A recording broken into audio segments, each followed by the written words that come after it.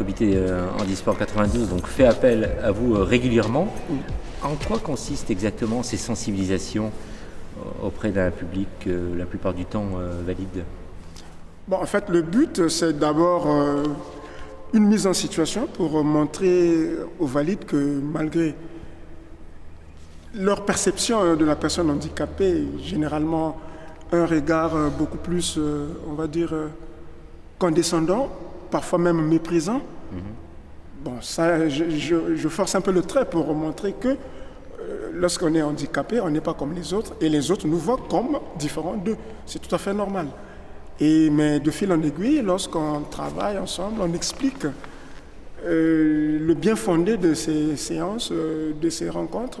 Finalement, ils se détendent et puis je crois qu'ils en sortent plein d'idées reçues, en tout cas abattues, et peut-être ils seront des bons ambassadeurs pour justement sensibiliser les autres pères éducateurs, leur population, pour la cause de la personne handicapée, tout simplement.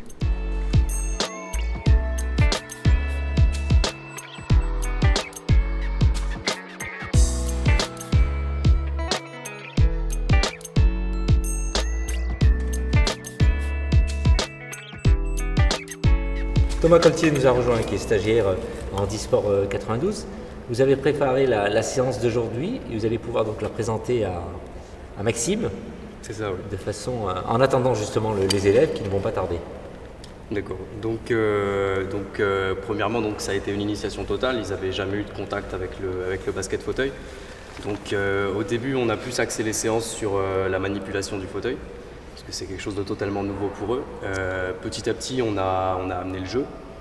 Et donc là, on est vraiment sur, entre guillemets, la finition, même si on est que sur 3 séances. Donc, on a quand même vu beaucoup de progrès. Forcément, sur les premières séances, on voit beaucoup de progrès. Aujourd'hui, on va vraiment travailler un peu plus la finition. Donc, tout ce qui est allé au panier, vraiment. On va dire que pour l'instant, on a vu les choses de manière séparée. Et aujourd'hui, on va essayer un peu de tout remettre ensemble, quoi. Je m'appelle Maxime Tadi, je suis joueur de basket handisport. J'ai été champion de France en 2013 avec le club de Clichy. On a fait le doublé, Coupe de France et championnat national B.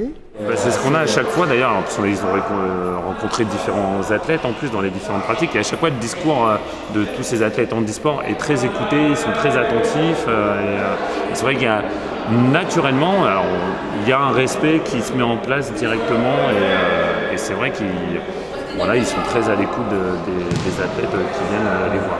Par rapport à mon handicap, justement, le seul sport qui m'était possible de pratiquer avec beaucoup de facilité. Bon, quand je dis facilité, c'est parce qu'un apprentissage est toujours difficile, mais c'est le seul sport que j'ai trouvé le mieux par rapport à ma condition. Et donc j'ai souffert dans mon enfance de la poliomyélite. Qui connaît la poliomyélite? Ah, personne. Hein? Justement, c'est une maladie qui attaque le système nerveux, notamment la moelle épinière, et qui vous paralyse les muscles. Bon, moi, ça m'a laissé des séquelles. Il y en a qui en sont morts. Et du coup, je marche à l'aide de cannes anglaises. D'autres sont en fauteuil, d'autres arrivent un peu à boiter, à marcher clopin-clopin. Et donc, cette maladie m'a laissé des séquelles qui font que je ne peux pas être debout comme vous sans l'aide de mes béquilles. Je ne vais pas m'étendre. Place donc au jeu et à la pratique. Ça marche. Donc alors on a fait un grand carré. Tout le monde voit le carré. Ça va être simple. Vous allez être en libre circulation dans ce carré. Ça veut dire que vous vous déplacez où vous voulez. Et nous, on va vous apporter des consignes. Par exemple, quand on va dire ligne bleue, vous allez devoir mettre votre roue, une des deux roues, vous choisissez laquelle, sur la ligne bleue, dans l'alignement de la ligne bleue, d'accord? Ok, on repart. Ligne jaune.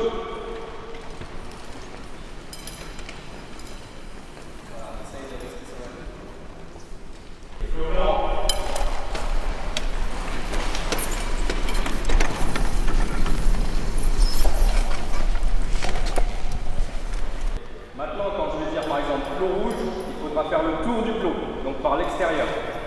Ok? Plot bleu. j'imagine donc une action comme celle-ci, de voir progressivement s'installer des activités handisport à l'école, sous forme de séances animées justement par des profs comme vous. Aujourd'hui, nous, on le fait dans le cadre d'un atelier, mais c'est vrai que quand je vois par exemple le basket fauteuil, ou même le cestifoot qu'on a fait avant, c'est des pratiques qu'on pourrait développer dans le cadre des cours de PS et qui amèneraient une plus-value en termes de compétences, par rapport par exemple à l'entraide, la nécessité d'entraider et de faire découvrir d'autres pratiques. Et c'est vrai que en France, c'est vrai qu'on parle d'handisport, mais dans d'autres pays, c'est du sport en fait. Ouais. Donc pourquoi pas l'intégrer au cours. Après, c'est le côté pratique des fauteuils qui pose un léger souci, il faut les avoir. Ouais. Dès que quelqu'un a la balle, il fait ça.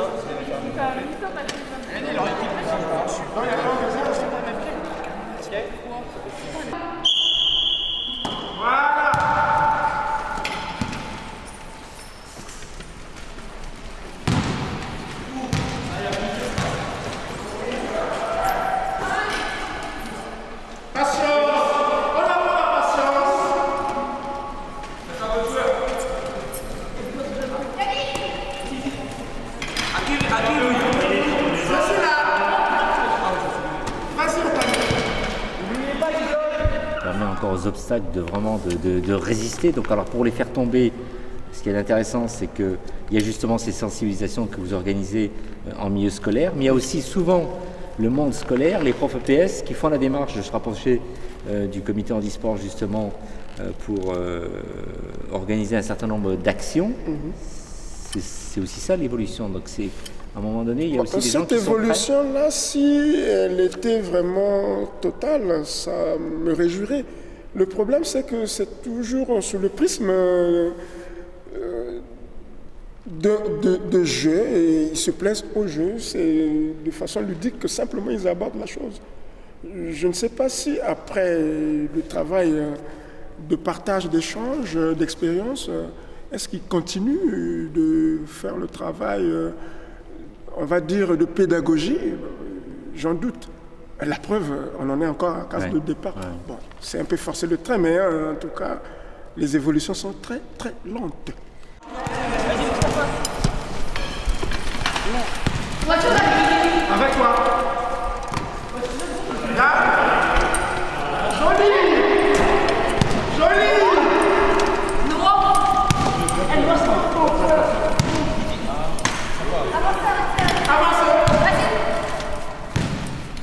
Les sensations, qui veut commencer un peu à nous dire, parce que j'imagine que c'est une découverte pour vous, le basket fauteuil.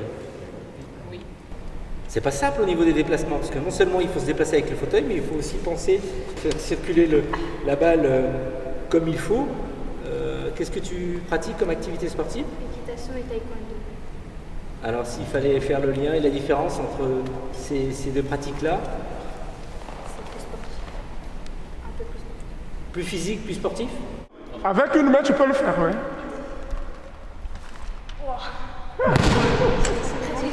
Ou bien, tu prends l'élan, regarde. Tu prends l'élan, tu arrives, avant d'arriver sur la ligne, tu shootes. Allez, vas-y. Après celui-là, c'est en jeu, d'accord? Voilà. Là, on a le droit d'aller prendre le fond. Avant d'arriver sur la ligne, tu shootes. Vas-y. 1, 2. C'est pas grave. Alors, si vous deviez passer un message aussi bien au monde de l'école, aussi bien aux personnes valides, aussi bien aux personnes en situation de handicap, pour faire un peu évoluer les mentalités et les situations, quel serait le message que vous pourriez passer à tout ce beau petit monde pour qu'une inclusion et une intégration se fassent sans forcément en permanence intervenir pour sensibiliser, jusque quand en fait? Ben, vous avez sorti le mot, l'inclusion. J'espère que ça sera le leitmotiv de tout le monde. Je vais utiliser un peu une métaphore des marins. Nous sommes embarqués dans un voilier et que si chacun ne met pas du sien, la cause des personnes handicapées restera à la case départ. Et donc, j'implorais, c'est un mot que j'utilise à dessein, à tout le monde de mettre la main à la pâte pour que justement ce qui est considéré comme situation marginale où les personnes vivent entre eux, que ça soit une véritable intégration qui impliquerait à la fois les valides, les personnes handicapées et toutes les personnes qui peuvent en tout cas faire qu'une personne handicapée soit ignorée dans la vie, dans ce sens que lorsqu'on la verrait, on ne ferait même pas attention qu'elle existe. Ouais. Parce que dans l'intellect et dans la mentalité, tout a évolué en pensant que toutes les façonniers comme moi, je m'en fous de ce qu'il peut faire et lui aussi, sans doute, il va s'en foutre de ce que je ferai. Mais nous, on ne s'en fout pas de ce que les autres ne font pas. C'est pour cela, ce message est que nous sommes embarqués dans un même bateau, je reviens à cette métaphore, et que bon vent. Ouais.